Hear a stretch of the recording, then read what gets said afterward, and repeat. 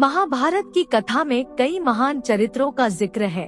उन्हीं में से एक थे दानवीर कर्ण। श्री कृष्ण हमेशा कर्ण की दानवीरता की प्रशंसा करते थे। वहीं अर्जुन और युधिष्ठिर भी दान पुण्य करते रहते थे, लेकिन श्री कृष्ण कभी उनकी प्रशंसा नहीं करते थे।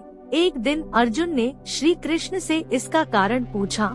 श्री कृष्ण बोले, समय आने पर वह यह साबित कर देंगे कि सबसे बड़ा दानवीर सूर्यपुत्र कर्ण है।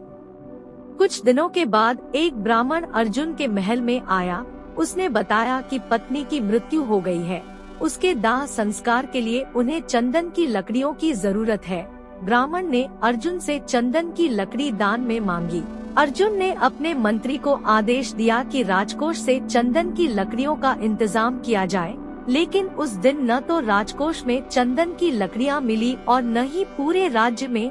अर्जुन ने ब्राह्मण से कहा, आप मुझे क्षमा करें, मैं आपके लिए चंदन की लकड़ी का इंतजाम नहीं कर सका। कुछ दिनों के बाद एक ब्राह्मण अर्जुन के महल में आया। उसने बताया कि पत्नी की मृत्यु हो गई है।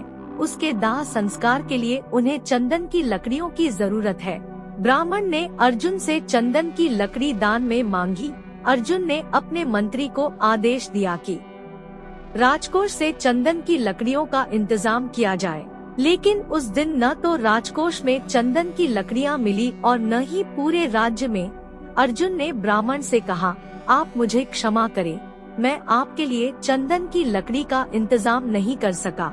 श्री कृष्ण इस पूरी घटना को देख रहे थे। उन्होंने ब्राह्मण से कहा, आपको एक जगह चंदन की लकड़ियां जरूर मिलेगी, आप मेरे साथ चलिए। श्री कृष्ण ने अर्जुन को भी अपने साथ ले लिया। श्री कृष्ण और अर्जुन ने ब्राह्मण का वेश बनाया और उस ब्राह्मण के साथ कर्ण के दरबार में पहुँचे। वहाँ भी ब्राह्मण ने कर्ण से चंदन की लकड़ी दान में मांगी। कर्ण ने अपने मंत्री से चंदन की लकड़ी का इंतजाम करने को कहा।